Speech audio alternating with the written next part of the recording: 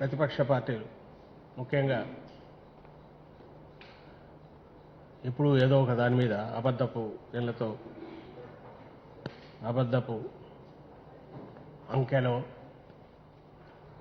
లేక అవాస్తవాలు అన్నీ మూటగట్టి ప్రచారానికి దిగే తెలుగుదేశం పార్టీ, అలాగే కేంద్రంలో అధికారంలో ఉన్న భారతీయ జనతా పార్టీ వాళ్ళ రాష్ట్ర నాయకులు లేదా ఆ పార్టీ తరఫున ఈ రాష్ట్రానికి పరిశీలకులుగా ఉన్నవారు ఒక 2 ఇష్యూస్ మీద, కీలకమైన అంశాల మీద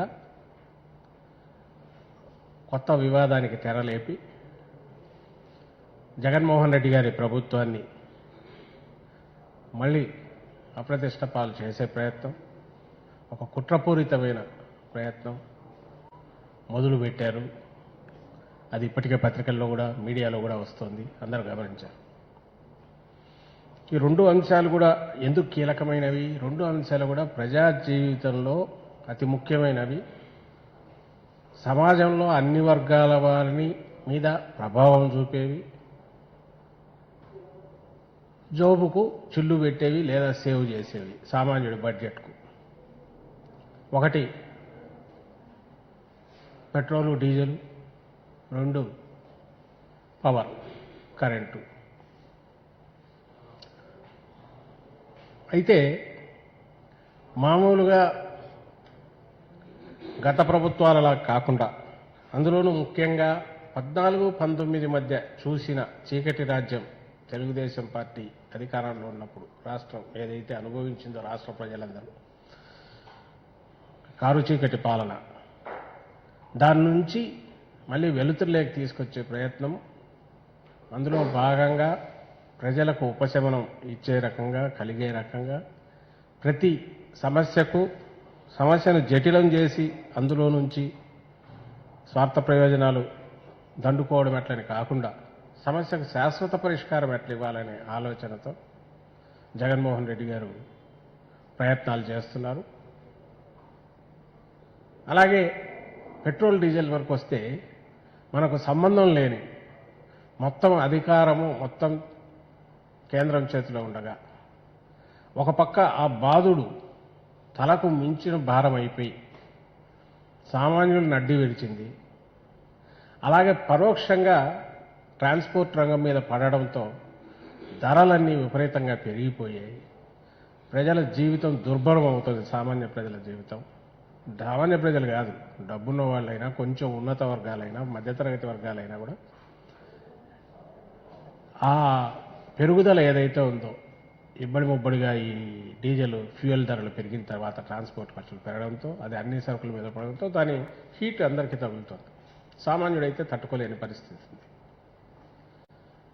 దానికి సంబంధించినంత వరకు ఆ సైకిల్ తిరుగుతుంది, ఒక రకమైన అసంతృప్తి ఉంటే ఈ రెండింటి మీద ఒక రకంగా వీళ్ళు వివాదానికి తెరలేపడం వల్ల తెర తీయాలని చేసిన ప్రయత్నం, మా మీద బురద వేయాలా, మా ప్రభుత్వం జగన్మోహన్ రెడ్డి గారి ప్రభుత్వం మీద అనే ప్రయత్నంలో మాకు ఒక సమాధానం ఇవ్వడానికి, స్పష్టమైన సమాధానం ఇవ్వడానికి, వాట్ ఈజ్ వాట్ అని వాస్తవాలు ప్రజల మీద ఉంచడానికి ఒక అవకాశం ఇచ్చారు.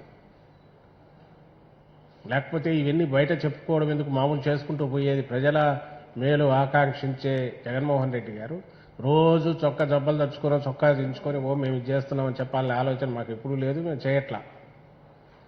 కానీ ఏ రకంగా మీకంటే భిన్నమైన, అంటే తెలుగుదేశం పార్టీ కానీ, ఆ భారతీయ జనతా పార్టీ కానీ, భారతీయ జనతా పార్టీ అంటే దాని ఇది ఎట్లుంటుందో ఇక్కడ ఎవరికి తెలియదు, తెలిసే అవకాశం కూడా లేదు. ఎందుకంటే ఇప్పుడు అధికారంలో వచ్చే ఛాన్స్ లేదు, రాలే ఇంతవరకు. కాబట్టి సో కేంద్రంలో ఉంది కాబట్టి అక్కడ వాళ్ళ రంగు ఏంటి, అక్కడ వాళ్ళు ఏం చేస్తున్నారు, దాని ప్రభావం నేరుగా ఎలా పడుతుంది, దీన్ని తప్పుదారి పట్టించి వైఎస్ఆర్ కాంగ్రెస్ పార్టీ ప్రభుత్వం మీద అపవాదు వేయాలని వాళ్ళు ఎట్లా చూస్తున్నారు, ఇవి ఎక్స్పోజ్ చేయడానికి మాకు అవకాశం వచ్చింది. So I thank them. వాళ్ళు ఏదో చేయబోయి ఓ బండ మా మీద వేయబోయి వాళ్ళ అసలు రంగు ఏదో చెప్పడానికి మాకు అవకాశం వచ్చింది. I thank them. వాస్తవాలు ఏవనేవి ఇప్పటికే, ఒకటి ఉదాహరణకు మనకు పెట్రోల్, డీజిల్ది తీసుకుంటే నిన్ననే దాని మీద ప్రభుత్వం ప్రకటన కూడా వచ్చింది. వాస్తవాలు ఏంటివనేది తెలిసింది. దాంట్లో ఫిగర్స్ కూడా ఉన్నాయి. ఇప్పుడు అందులో బాగా ఎవరైనా మీరైనా ఎవరు చూసినా కూడా క్లియర్గా దాంట్లో కనపడేది 3,35,000 కోట్ల రూపాయలు కేంద్ర ప్రభుత్వం వీటి మీద ఈ పెట్రోలు డీజిల్ మీద వసూలు చేసింది రకరకాల పన్నులు సెస్సుల రూపంలో. అందులో డ్యూటీ ఒకటే ఉంది, మిగిలినవన్నీ సర్ఛార్జీ సెస్సులు ఉన్నాయి. డ్యూటీ ఎక్సైజ్ డ్యూటీ కేవలం 47,500 కోట్లు, 41% అందులో డివిజిబుల్ దీని కింద తీసుకుంటే స్టేట్స్కి వచ్చింది 19,475 కోట్లు. అది మనకు వచ్చింది. దాంట్లో మనకేదో 4% ఏదో అన్నారు నాకు తెలిసి. అందులో అది లెక్క ఎట్లా వేస్తారండి, దాంట్లో పోవట్లే. కానీ మొత్తం స్టేట్స్ కూడా వాళ్ళు ఇచ్చిండేది 19,475 కోట్లు. మిగిలినవంతా కూడా అంటే మైనస్ అది చేస్తే ఎంత వస్తుంది? 3,15,525 కోట్లు నేరుగా కేంద్రం బొక్కసానికే చేరింది. ఈ బాధుడు ఏదైతే వీళ్ళు చేసినా వీళ్ళు వరుసగా పెంచుకుంటూ పోవడం, అది ఒక రకంగా వంచడమే అవుతుంది. ఎందుకంటే అంతకుముందు ప్రకటించేటప్పుడు ఇంటర్నేషనల్ దీనికి తగినట్టు ఎత్తుపల్లాలు అది పెరిగితే ఇది పెరుగుతుంది, తగ్గితే తగ్గుతుంది అన్నారు. కానీ అది పెరగడమే తప్ప ఎప్పుడూ తగ్గలేదు. ఎందుకంటే మధ్యలో బ్యారెల్ అసలు పెట్రోలు క్రూడ్ ఆయిల్ ప్రొడక్షన్ కంపెనీలు కూడా ఎత్తిపోయినాయి. $20 కూడా పడింది ఒక స్టేజ్లో. $22 చాలా కాలం $40 ఉంది. $105 ఏమో పీక్ పోయినట్టుంది. ఇప్పుడు కూడా $80 ఉంది. అదే యాడ్ వేలారం అంటే ఆ ప్రపోర్షన్ ప్రకారం కన ట్యాక్సులు కూడా డ్యూటీ కూడా తగ్గినప్పుడు తగ్గిస్తే మేబీ ఇది ₹60 ₹70 మించేది, అంతకుమించి కాదేమో ఏది మన పెట్రోల్ డీజిల్. అయితే డ్యూటీ ఏమో అంత పెట్టి పైన వేసిన వీళ్ళు పెట్టినవి special additional excise duty surcharge అదే 74,350 కోట్లు. అడిషనల్ ఎక్సైజ్ డ్యూటీ రోడ్లు మరియు మౌలిక సదుపాయాల సెస్ 1,98,000 కోట్లు. మళ్ళీ ఇతర సెస్సులు సర్ఛార్జీలు 15,150 కోట్లు. మొత్తం ఇచ్చేసి 3,35,000 కోట్లలో రాష్ట్రానికి ఇచ్చింది డ్యూటీ నుంచే. ఎందుకంటే డివిజిబుల్ ఇన్కమ్ దాన్ని స్టేట్స్కు డివిజిబుల్ దీని కింద ఏదైతే తీసుకుంటారో ఓన్లీ డ్యూటీ కాబట్టి దాంట్లో నుంచి మాత్రమే ఇచ్చేసి మిగిలిందంతా కూడా కేంద్రమే తీసుకుంది. సరే, వాళ్ళ కేంద్రాన్ని అడిగితే పెరిగిన ఖర్చులు ఏవో 1,00,000 చెప్పొచ్చు. నేను దాని జోలికి పోవట్లా. ఇది నిజంగా గన కేంద్రం అనేది అది నథింగ్ బట్ వీటన్నిటి సమాహారమే కేంద్ర ప్రభుత్వం. దానికి ఏం ఎంటిటీ లేదు. అన్ని రాష్ట్రాల ఫెడరల్ దీంట్లో ప్రభుత్వంలో మన రాజ్యాంగం ప్రకారము వీటన్నిటి సమాహారమే కేంద్రం. దానికి మనకు స్టేట్స్కు సంబంధించినంత వరకు ఎవరు బాస్ కాదు, ఎవరు తక్కువ దీంట్లో లేరు. అది స్టాచ్యుటరీగా కాన్స్టిట్యూషనల్గా రావాల్సినవన్నీ డివాల్వ్ కావాల్సినవి అవుతుండాలి, అట్లే సర్వైవ్ అవుతాయి. కేంద్రం అనేది ఏముంది, దానికి ఎక్కడి నుంచి పోతుంది? ఇంకో ఈ స్టేట్స్ నుంచి పోవాల్సిందే కదా రెవెన్యూ. జోబులో నుంచి ప్రింట్ చేసి ఏమైనా క్రైసిస్ వచ్చినప్పుడు అడిషనల్గా ఆర్బీఐకి చెప్పి ఎక్కువ నోట్లు ప్రింట్ చేయొచ్చేమో, కానీ చేసి కిందికి ఇచ్చే అధికారం ఉండొచ్చు. కానీ ఏదో ఒకరి మీద జాలి చూపి ఎక్కువ ఇవ్వడానికో లేదా ఒకరి మీద కోపంతో ఆపడానికో అవకాశం లేని ఒక వ్యవస్థ అది. కానీ అక్కడ ప్రియారిటీస్లో మార్పులు చేయడం ద్వారా బ్రాడ్గా దేశ ఆర్థిక వ్యవస్థను పరుగులు పెట్టించడం, లేదా ఆర్థిక విధానాల్లో మార్పులు తేవడము, లేకుంటే దేశానికి సంబంధించి పెద్ద పెద్ద మ్యాక్రో లెవెల్ పాలసీల్లో రకరకాల ప్రోగ్రెసివ్ చేంజెస్ తీసుకురావడం ఇవి చేయొచ్చు. Everybody welcomes it. కానీ అక్కడి నుంచి స్టేట్స్కి అందాల్సిన ఆదాయంలో పార్ట్ ఇవ్వకుండా దాన్ని తప్పించుకోవడానికి అది పూర్తిగా వేరే రూపంలో వసూలు చేసి ఇక్కడ భాగం ఇవ్వాల్సిన దాంట్లో మాత్రం ఏదో పచ్చడి మెతుకుల్లో అంత ఒక ముద్ద కూడా కాదు ప్రజలు తీసి కింద ఇచ్చేసి మిగిలిందంతా కూడా అక్కడికి తీసుకోవడం అనేదే ఒక వంచన. అలాంటిది ఈరోజు అక్కడ పెంచి ఏదో డిస్కౌంట్ సేల్లో మాదిరి రూపాయి 100 రూపాయలు చేసి ఆడ నుంచి 10 రూపాయలు డిస్కౌంట్ ఇచ్చి డిస్కౌంట్ సేల్ పెడుతుంటారు మార్కెట్లో. అట్లా ఈ 10 రూపాయలు 5 రూపాయలు రెండు దీంట్లో తగ్గించామని చెప్పి తగుదునమ్మా అని ఆ నుంచి మళ్ళీ ఇక్కడికి వచ్చి మీరు తగ్గించండి మీద పడితే దాన్ని ఏమనాలా? రాజకీయం అయితే అంతకంటే చండాలమైంది అయితే ఏది ఉండదు. ఇందులో ప్రజా సంక్షేమం ఏదన్నా ఉంది అంటే మీరు తగ్గిస్తేనే అది జరుగుతుంది తప్ప స్టేట్స్ మీద పడితే ఆల్రెడీ ఊసురోమని ప్రాణాలు పోయినాయి కోవిడ్ దెబ్బకు. ఏ స్టేట్ కూడా సరిగా లేదు. బీజేపీ స్టేట్స్ కూడా అట్లే ఉంటాయి.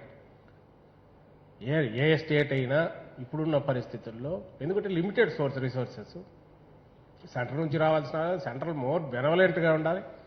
అడిషనల్ ఇవి క్రియేట్ చేయాలి. ఈరోజు అక్కడి నుంచి డివాల్వ్ అయ్యే వాటిలో ఎక్కువ భాగం మేజర్ సింహభాగం స్టేట్స్కి ఇచ్చి మీరు ఖర్చు పెట్టండి అనాలి. ఎస్ యూ కెన్ డిక్టేట్, దీనికే పెట్టండి అని చెప్పొచ్చు, కానీ స్టేట్స్కి ఇచ్చి పెట్టించాలి. మొత్తం లక్షల కోట్లు. కొన్ని అప్పులు ఏమైనా తక్కువ చేసినారా వీళ్ళు చూస్తే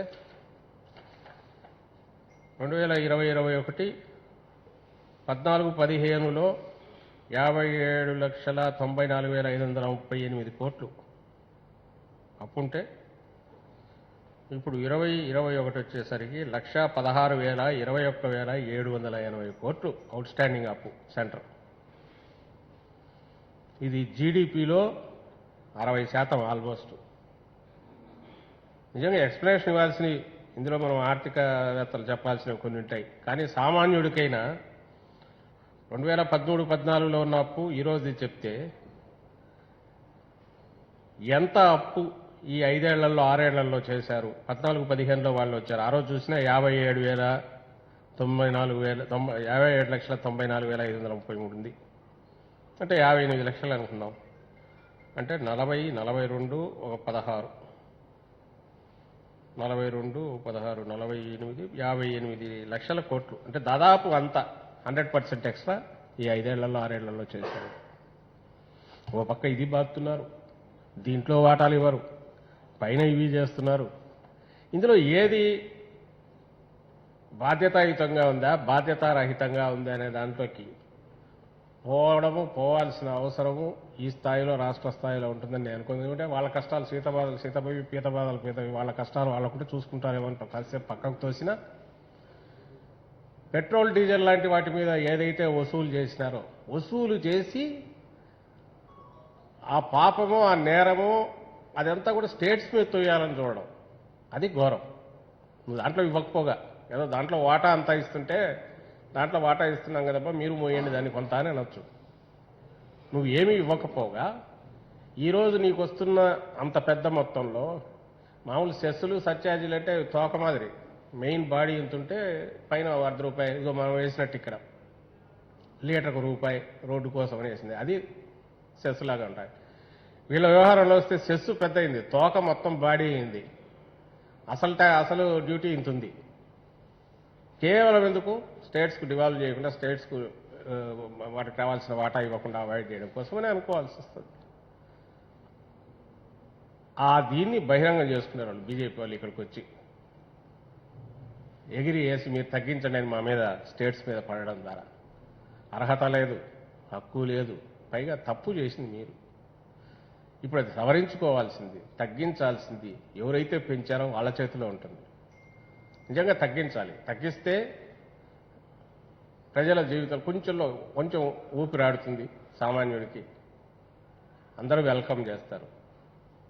కానీ అసలే ఊపిరాగిపోయి నడవడం కష్టంగా ఉన్న స్టేట్స్ మీద నువ్వెందుకు తగ్గించావు, నేను రూపాయి తగ్గించాను నువ్వు ₹10 తగ్గించాను అనేది ఘోరము, అన్యాయము, దారుణం అని రాష్ట్ర ప్రభుత్వం నిన్న ప్రకటనలో వాస్తవాలు ప్రజల ముందు పెట్టడం ద్వారా వివరించింది. అది అందరూ చూస్తుంటారు. అయినా సరే వాళ్ళకి ఏమీ ఇది లేదు, అదే దీంట్లోకి పోతున్నారు. ఈరోజు కూడా మళ్ళీ ప్రెస్ కాన్ఫరెన్స్ పెట్టినట్టున్నారు బీజేపీ నాయకులు. అందులో ఆయనది ఒకటి విచిత్రమైన వాదంతో జీవీఎల్ నరసింహారావు గారు వాళ్ళ ఎంపీ అనుకుంటారు, ఎంపీ గారు ఆయన పెట్టారు. ఏపీ మరోసారి వైఎస్ జగన్ ప్రభుత్వం ఏపీ ప్రజలను తప్పుదోవ పట్టిస్తోంది, అసత్యాన్ని వాస్తవాలుగా ప్రచారం చేస్తుంది. పెట్రోలియం రంగం నుండి రాష్ట్ర ప్రభుత్వాలకు మొత్తం ఆదాయం 2,21,056 కోట్లు, 19,475 కోట్లు కాదు. ఇది రాజ్యసభలో ప్రత్యుత్తరం. అబద్దాలు అని వ్యాట్ను తగ్గించాలి. అది ఏందయ్యా అని చూస్తే state contribution to central Exchequer అది 2019-20 3,34,000 కోట్లు సెంటర్కి వచ్చింది. ఇది 19-20 20-21లో 4,53,000 కోట్లు మొత్తం వచ్చింది. ఇంకా ఎక్కువ యాక్చువల్ దీని ప్రకారం అయితే. కంట్రిబ్యూషన్ టు స్టేట్ ఎక్స్చెకర్ స్టేట్స్కి వచ్చిండేది 2,21,000 కోట్లు. అంటే ఈయన చెప్తున్నది అక్కడి నుంచి ఇక్కడికి ఇచ్చింది కాదు, స్టేట్స్ వ్యాట్ ద్వారా వాళ్ళకు వచ్చిన అన్ని స్టేట్స్ కలిపి అది వాళ్ళకు వచ్చిండేది. మరి దాన్ని తీసుకొచ్చి ఆ ఆదాయం మనం అడుగుతున్నది ఏంటి? నీ ఇప్పుడు యాక్చువల్లీ ఈ ప్రకటన కంటే దీంట్లో ఇంకా ఎక్కువ ఉంది. 2020-21 పార్ట్ 4,53,000 కోట్ల 4,53,000 కోట్లు సెంటర్కు వచ్చింది. మొత్తంగా 3,35,000 కోట్లు. 3,34,315 లాస్ట్ ఇయర్ 2019-20 ఆయన ఇచ్చిన దాంట్లో జీవీఎల్ నరసింహారావు గారి పెద్ద చేసి చూపిస్తాం. సో నీ ఆదాయంలోంచి 41% కేవలం ఎక్సైజ్ డ్యూటీలో ఇచ్చావు. సెస్సుల రూపంలో బాధిన వాటెవర్ ఆ రిమైనింగ్ పర్సెంటేజ్ ఏదైతే ఉందో అది మొత్తం మీరే ఉంచుతున్నారు, మాకు ఇవ్వలేదని మేమంటే, లేదు స్టేట్స్కి ఇచ్చిన స్టేట్స్కు వాటి వ్యాట్ ద్వారా వచ్చిన దాని దేశకి దీంట్లో కలిపి మీకు ఇంత వచ్చింది కదా అని అనమంటే అది ఇంకో మిస్లీడింగ్ ఇదే అవుతుంది కదా. ఇది కరెక్టా వీళ్లకు? ఇప్పుడు మొత్తం దీంట్లో వీళ్ళ ప్రకారం ఈరోజు పత్రికలో వచ్చిన 3,35,000 కోట్లు 47,000 కోట్లు మాత్రమే ఎక్సైజ్ డ్యూటీ, రిమైనింగ్ మొత్తం కూడా అడిషనల్ వీటి కింద వచ్చింది. అంటే ఒక ఆల్మోస్ట్ 87% ఉంటుందేమో అంతే దీని కింద చూపారు ఎక్సైజ్ డ్యూటీ కింద. మిగిలిన 90% పైగా సెస్సుల రూపంలో తీసుకు వాటి నుంచి స్టేట్స్కు డినై చేశారు పైసా ఇవ్వాల. నువ్వేమో స్టేట్స్కు వాటి వ్యాట్ ద్వారా వచ్చిందని తీసుకొచ్చి ఇది దీంట్లో మీ ఇచ్చింది కదా అని మిస్లీడ్ చేస్తావు.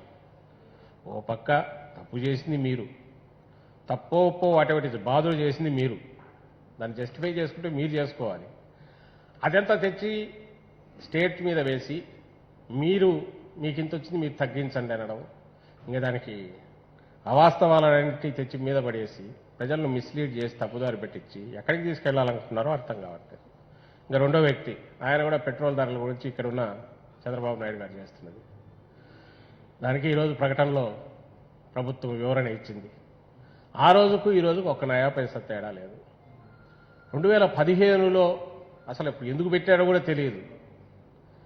నువ్వు 4 రూపీస్ అడిషనల్ వ్యాట్ ఇది వేసి ఎన్నికలు వస్తున్నాయనగా అప్పుడు దాంట్లో కొంత పక్కకు తీసేసినావు. వాట్ ఈ గవర్నమెంట్ చేసింది? కోవిడ్ టైంలో కోవిడ్ భయంకరంగా ఉన్న నేపథ్యంలో 30,000 కోట్ల పైగా రెవెన్యూ పోయింది, అడిషనల్ బర్డన్ పడింది, ఖర్చులు పెరిగినాయి, ఆదాయం పూర్తిపోయింది. ఆ నేపథ్యంలో తప్పనిసరి పెట్టింది ఈ ప్రభుత్వం. అక్కడికి ₹1 పెంచలేదు, పైసా పెంచలేదు. ఆ రూపాయి లీటర్కు మాత్రం స్ట్రైట్ చెప్పి నేరుగా రోడ్ల రిపేర్ల కోసం, వేటికైతే నీ ప్రభుత్వంలో మొత్తం గాలి కొదిలేసిన రోడ్లు, వాటికి మళ్ళీ ఇప్పుడు మా ప్రభుత్వం వచ్చాక రోడ్లన్నీ వర్షాల వల్ల బాగా పాడైతే ఇప్పుడు అవి మొదలు పెట్టాల్సి వస్తుంది. 1 నయా పైసా పక్కకు పోలేదు, ఎంటైర్ థింగ్ మళ్ళీ ఆ రోడ్లకే పోతుంది. మీలాగా ఉన్న ఫండ్స్ అన్నీ పసుపు కుంకుమ దాకా డైవర్ట్ చేయట్లేదు, రోడ్లు బాగా అవుతున్నాయి, ప్రజలు సంతోషంగా ఉంటారు. ఇక్కడ ఏది దాపరికం లేదు. కానీ ఆ రోజు మీరు చేసిన పాపాలో వాటన్నిటిని కప్పిపుచ్చుకొని అవసరం లేకపోయినా అప్పుడు అడిషనల్గా బాధి ఈరోజు తప్పనిసరి చేయాల్సి, అది కూడా కన్స్ట్రక్టివ్ నిర్మాణాత్మక రోడ్ల రిపేర్కు పెడితే అక్కడేదో వాళ్ళు ₹10 తగ్గించారని ఇక్కడ చెప్పేసి మీరు ఎందుకు తగ్గించడం, నువ్వు కూడా ధర్నాలు చేస్తే ఇంకా దానికి ఏమనాలి చంద్రబాబు నాయుడు గారు అర్థం కావట్లా. సో ఇద్దరు అలాగే తయారు, 2 పార్టీలు కూడా. దాని మీద వాస్తవాలు వివరించినా నీకు చేతనైతే దీన్ని డినై చేయడానికి ప్రూఫ్తో రావాలా. సెంటర్ నుంచి వాళ్ళైనా తీసుకొని రావచ్చు డేటా, లేదా ఈయన గత హయాంలో లేదు ఇది మేము భిన్నంగా చేసినామని చూపొచ్చు. అదేనట్లా ఊరికి ఎంతసేపులో ఎందుకు తగ్గించావు అని అడుగుతున్నారు. తగ్గించాలనే ఉంటుందండి, కానీ ప్రభుత్వం నడవాలి, ఇక్కడున్న పేద వర్గాలకు అవసరమైనవి అందించాలి, అందరినీ సమానమైన దీనికి తీసుకురావడానికి అవసరమైన నిర్మాణాత్మకమైన సంక్షేమ చర్యలు, అభివృద్ధి చర్యలు టేకప్ చేయాలి. ఓ బాధ్యతాయుతమైన ప్రభుత్వం ఏం చేయాలో అవి చేయాలి, అది చేస్తున్నాం మేము. దానికి ఈ రకంగా మసిబూసి మారేడుకాయ చేసి ఏదో చేసి తప్పును, వాళ్ళు చేసిన తప్పులన్నీ దాచిపెట్టి జగన్మోహన్ రెడ్డి గారి ప్రభుత్వాన్ని తప్పుగా చూపించాలనే ప్రయత్నం అది సహించరానిది. ప్లస్ ఈ విషయంలో ప్రజలకు కూడా వాస్తవాలు తెలియాలని ఎక్స్ప్లెయిన్ చేశాం. రెండవది పవర్కు సంబంధించింది. ఇది అత్యంత కీలకమైంది. దీనికి సంబంధించి అయితే ఎవరికైతే కుయిక అనడానికి కూడా అర్హత లేదో, కిక్కురు అనడానికి అర్హత లేదో, సిగ్గుతో తల వంచుకోవాలనో ఆ పార్టీ తెలుగుదేశం పార్టీ ఘోరంగా ఆ 5 ఏళ్లు, ఇంకా చెప్పాలంటే చంద్రబాబు నాయుడు గారు ఒక స్కామ్స్టర్గా అందులో ఆరితేరిన వ్యక్తిగా ఏదైనా ఉందంటే ఫస్ట్ చెప్పే రంగం ఎవరైనా సరే కళ్ళు మూసుకొని పవర్ సెక్టరే, విద్యుత్ రంగం. బహుశా అప్పటి నుంచి ఫాలో అవుతున్న వాళ్లకు ఆ రోజుల నుంచి చూస్తే కూడా గ్యాస్ బేస్డ్ పవర్ దగ్గర నుంచి, తర్వాత తను చేసుకున్న పీపీఎల్ దగ్గర నుంచి, అప్పట్లో 2004 వరకు ఉన్నప్పుడు ఎట్లా ముంచారు స్టేట్ను, వాళ్ళ దానికి సంబంధించిన ఛార్జెస్ పే చేయాల్సినవి,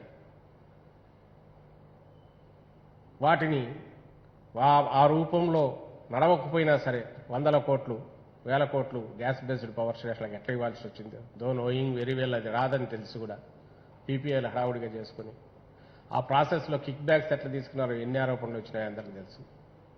14-19 ఇది ఇంకో చరిత్ర.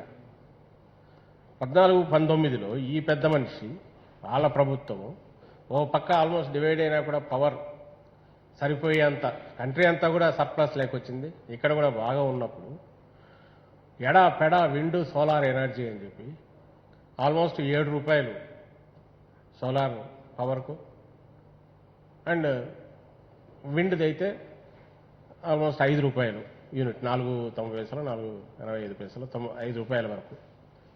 విండ్ది అయితే మరీ అన్యాయం, మొత్తం నో కాంపిటేటివ్ బిడ్డింగ్, ఎంటైర్ ఇది ఇచ్చి నామినేషన్. సోలార్లో ఉన్న 1-2 ఏదో పోయినట్టున్నారు అక్కడ నాకు గుర్తుండి. అది ఏమి రేట్లు. ఓ పక్క నిన్న ఈయన పయావుల కేశవ్ అడుగుతాడు, ఫ్యూచర్లో ఇంకా తగ్గితే అంట. మరి కళ్ళ ముందు తగ్గుతుంటేనే నువ్వు ₹6 ₹7 చేసుకున్నావు. ఎందుకు చేసుకున్నావు అర్థం కాదు.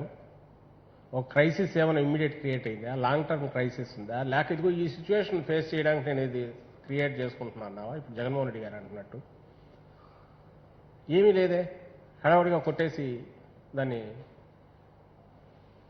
రాష్ట్రాన్ని ముంచి కుదేలు చేసి వాటి ప్రాణాలు హరించే పీపీఏలు ఆ రోజు చేసుకున్న చంద్రబాబు నాయుడు ఆయన పార్టీ ఈరోజు రేటు తగ్గించి తక్కువ రేటుకు లాభదాయకంగా రాష్ట్రానికి, రైతులకు కూడా గతంలో లాగా బకాయిలు మిగిల్చి డిస్కౌంట్లకు పే చేయలేక ఎవరంటే ఈ రైతుల వల్ల ఇదవుతుందని కొన్ని వర్గాలు విసుక్కొని అలాంటి ప్రమేయం లేకుండా శాశ్వతంగా రైతు ఆత్మగౌరవంతో నిలబడేలాగా, ఎస్ ఇది మా హక్కు, నా పవర్ అనే రకంగా రైతులకు ఒక ఫ్రీ పవర్ అనేది హక్కుగా క్రియేట్ చేయడానికి, at the same time state Exchequer మీద బరువు పడకుండా, ఎందుకంటే సంవత్సరానికి 8,000 కోట్లు పైగా 8,000 నుంచి 10,000 కోట్లు డిమాండ్ను బట్టి పే చేయాల్సిన సబ్సిడీ ఏదైతే ఉందో అది దాంట్లో సేవింగ్ ఉంటుంది. అలాగే 25 ఏళ్ల పాటు ఒక కాంక్రీట్ ఒక ప్లాన్డ్ ఇది నడుస్తుంది. బడ్జెట్ ప్లానింగ్లో కూడా డిస్కమ్లు పూర్తి ఫ్రీ అవుతాయి. ఎందుకంటే దీన్ని కూడా వేరే కార్పొరేషన్ పెడదామని, ఒకవేళ సపరేట్ బాడీ రైతులు దానికి పెడితే అప్పుడు డిస్కమ్లు పూర్తి వాటి వైబిలిటీ వాటిని చూసుకుంటాయి, వీళ్ళు నష్టాల్లో ఉండవు, ఎఫిషియన్సీ పెరుగుతుంది. ఇంత ప్లానింగ్ దీని వెనక ఉంది. ఏదో ఊరికి ఆషామాషిగా మీలాగా బిడ్డింగ్ లేకుండా, టెండర్లు లేకుండా, నామినేషన్ బేసిస్ మీద, లేకుంటే హడావుడిగా రాత్రికి రాత్రి అనుకుని 1000 మెగావాట్లు ఇచ్చింది కాదు. దీని వెనక ఒక ఎక్సర్సైజ్ నడిచింది. 2020 నుంచి దీన్ని రైతులను ఫ్రీ చేయడం ఎట్లా, ప్రతి సంవత్సరం అక్కడికి వచ్చేసరికి ఫ్రీ పవర్ వల్ల ఇదిగో ఇంత బరువు, మోసం చేసే ప్రభుత్వం అయితే మిగిలినవని కూడా దాని కింద తోసేయడం, డిస్కమ్లు దాని కింద తోసి చూడడం, రైతు అంటే ఎట్టుకొచ్చినట్టు తన మీద ఏదైనా తోయొచ్చని కొట్టడం, దీనివల్లనే నష్టాలన్నీ వస్తున్నాయని చూపడం. దాని నుంచి వన్స్ ఫర్ ఆల్ నిజంగా బాధ్యతను ఎక్కువ తీసుకోవడం, ఇది ప్రభుత్వం ఏదన్నా ఇలాంటి ప్రయత్నం చేస్తే ఆ ప్రయత్నం జగన్మోహన్ రెడ్డి గారు చేశారు. ఈ సెకీ కానీ ఇంకొకరు కానీ దీంట్లోకి వచ్చారంటే దెర్ వాజ్ ఏ ప్రాసెస్. సడన్గా ఏదో ఇటు రాలేదు, హడావుడిగా ఓవర్ నైట్ ఊడిపడి ఇదిగో అని చేయలేదు. దాంట్లో కూడా ఈ 249 ఎట్లా అయ్యారు, ఆ ప్రైస్ వచ్చిండేది బిడ్డింగ్లో వచ్చిండేది.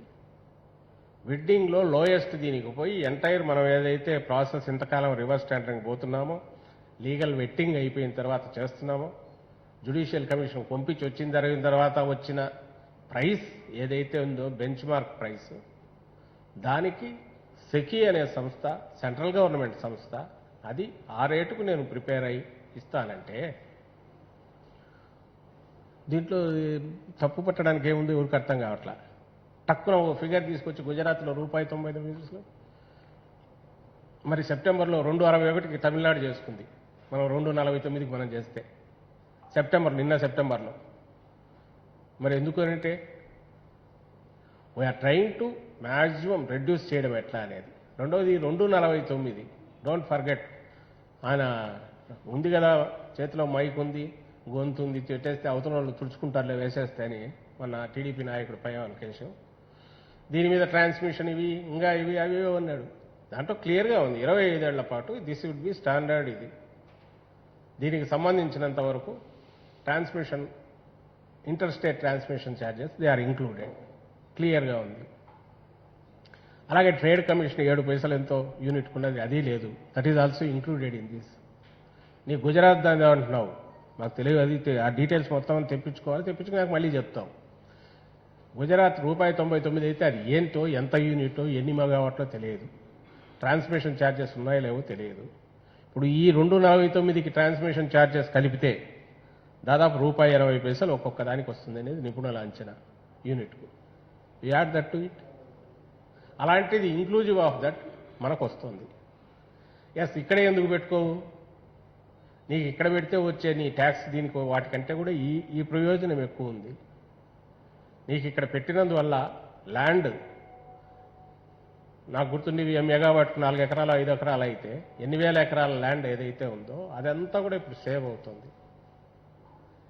అలాగే విత్ ఇన్ ది స్టేట్ కూడా ఇవన్నీ రాయలసీమలో ఎక్కువ ఉంటే వాటి ట్రాన్స్మిషన్కు ఇక్కడ గ్రిడ్ దానికి పే చేయాల్సింది, that is coming into almost అదే 2,000 కోట్లు ఎంతో వస్తుంది, అది సేవ్ అవుతుంది.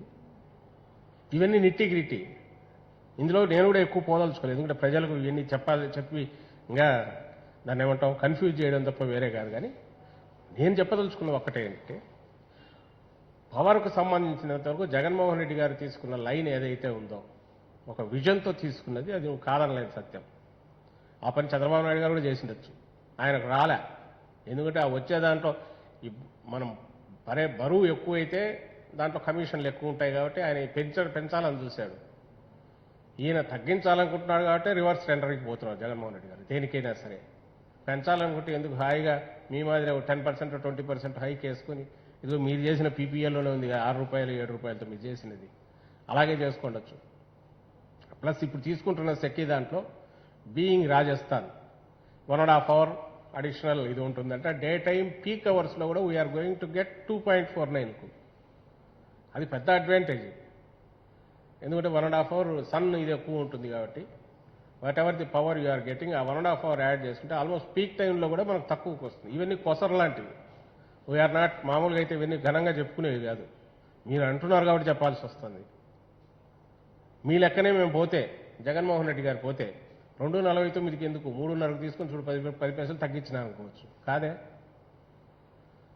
ఏదైనా మాట్లాడేటప్పుడు అసలు మనకు అర్హత ఉందా, అందులో మొన్ననే 2 ఏళ్ల క్రితం మనం అధికారంలో ఉన్నాం, మనం ఏమి ఎలగబెట్టాం, ఇదిగో మేము ఇది ఎలగబెట్టాం, మీరు ఇట్లా చేస్తున్నారు చూపు బాగానే ఉంటుంది.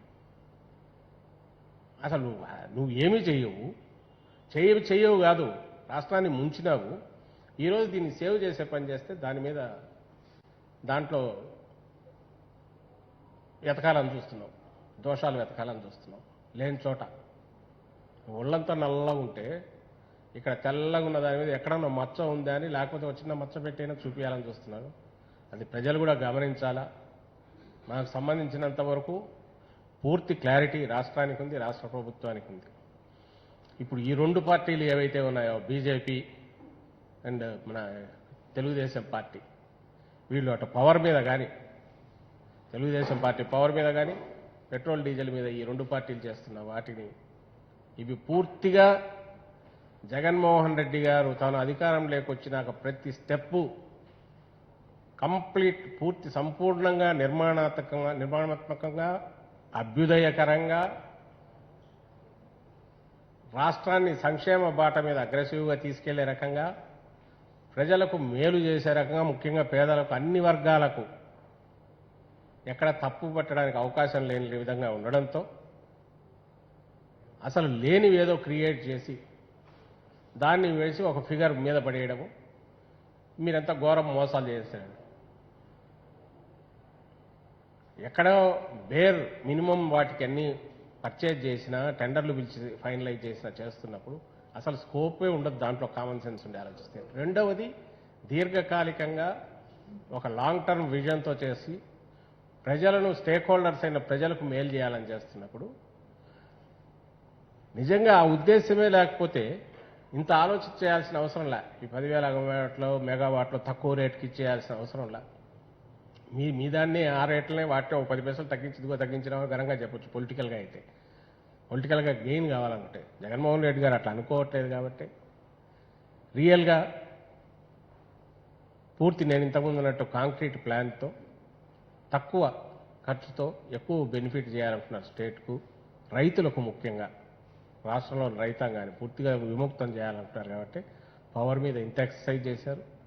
సికి నుంచి వస్తున్న దానివల్ల అది కేంద్ర ప్రభుత్వ సంస్థ డోంట్ ఫర్గెట్. రెండోది 25 ఏళ్లకు ఇది ఒప్పందం. మూడోది 2.49 ఇంక్లూడింగ్ ఎవ్రీథింగ్. నువ్వు అది ఎక్స్క్లూడ్ చేస్తే ట్రాన్స్మిషన్ ఛార్జెస్ కలిపితే దట్ విల్ బికమ్ 4 రూపీస్ కూడా అవుతుంది. అంత తక్కువకి ఇంక్లూడింగ్ దాంతో తీసుకుంటున్నారు. ఇంకా అన్నిటికంటే ముఖ్యంగా ఒకవేళ మనం అది పెట్టా కూడా మన land which can be used for some other purpose చేసుకోవడానికి వీలుగా ఇప్పుడు ఉంటుంది. లేదా మనమైనా పవర్ పెట్టి ఎక్స్పోర్ట్ దీనికి బయటకు చేసుకుని గెయిన్ అయినా కావచ్చు. That's a different issue entirely. But without losing our land, valuable land ఓటుకోకుండా మనం ఇది గెయిన్ చేసుకునే ప్రయత్నం చేశాం. As far petrol and diesel we expect centre to reduce further. అసలు బర్డన్ జనం మీద నుంచి తగ్గేటట్టు, ధరలన్నీ పెరిగినాయి అవి తగ్గేటట్టు, ఇప్పుడున్న దానికంటే రీజనబుల్ లెవెల్ ఇంకా బాగా తగ్గించి దేశాన్ని ఆదుకునే బాధ్యత వాళ్ళది. ఎందుకంటే పెంచింది వాళ్ళు కాబట్టి బీజేపీ నాయకులు ఇక్కడ ఉన్న వాళ్ళు ఇప్పటికైనా ఈ వాస్తవాన్ని గుర్తించడానికి ఇష్టం లేకపోతే కామ్గా ఉండాలా. గుర్తిస్తే వాళ్ళ పార్టీ పెద్దల దగ్గరికి అక్కడికి పోయి అయ్యా ఇంకా రెడ్యూస్ చేయండి లేకపోతే జనం కొట్టేట్టున్నారు కిందికి పోతే, మేము స్టేట్ మీద పోయి చెప్తా ఎవరు వినట్లేదు, వాళ్ళకి తెలిసినా వాస్తవాలని చెప్పి వాళ్ళని కన్విన్స్ చేసి తగ్గించే ప్రయత్నం చేయండి అని కోరుతూ సెలవు తీసుకుంటాం. Thank you.